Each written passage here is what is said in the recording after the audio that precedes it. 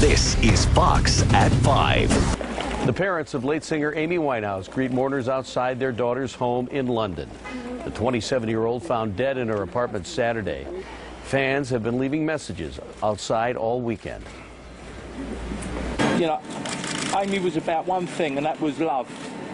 Her whole life was devoted to her family and her friends, and to you guys as well. So we're devastated, and I'm speechless. But thanks for coming. Police are treating Amy Winehouse's death as unexplained but not suspicious. An autopsy performed today was not conclusive. Further toxicology results won't be available for at least 2 weeks.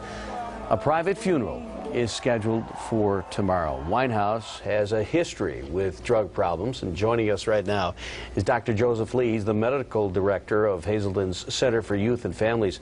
Dr. Lee, thanks for being here. You know, unfortunately, this story isn't new, and in this case, isn't a shock. What do you think the tie is here? It seems like celebrities and addictions, we have a different one that we're talking about every single week. Yeah, every single week. You know, first of all, as always, condolences and respects to the family. And we don't know the specifics of what happened, but we do know that she suffered with addiction for some time and it compromised her health.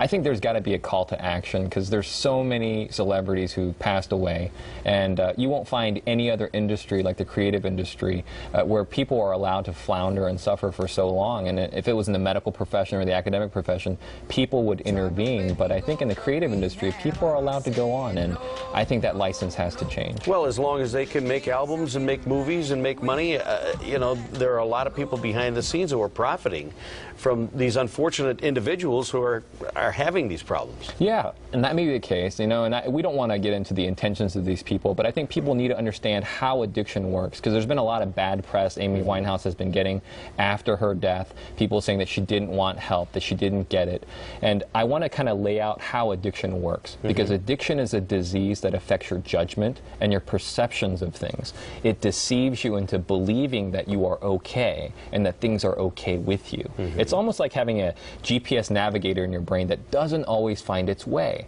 but you wouldn't assume that those people want to get lost. And likewise, addicts need help, and they recognize they want help, but the disease prevents them from getting that. So we need outside interventions. Well, actor Russell Brand is a former drug addict, and he posted a quote, rather lengthy tribute, in fact, to Winehouse after her death, urging the media and the public to change the way addiction is perceived, not as a crime or a romantic affectation, but as a disease that will kill.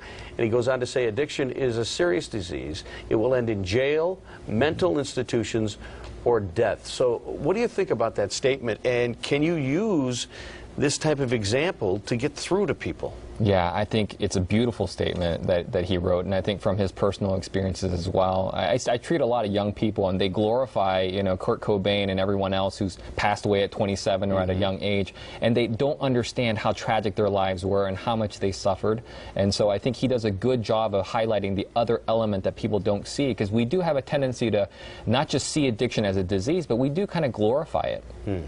Well, what can a family do if they have someone who is struggling with drug or alcohol use and they want to break through and make sure that this person gets to a safe place and hopefully can make the most of their life? Well, in Amy Winehouse's situation, I think the father tried, but there were some trappings in the celebrity life that made things difficult.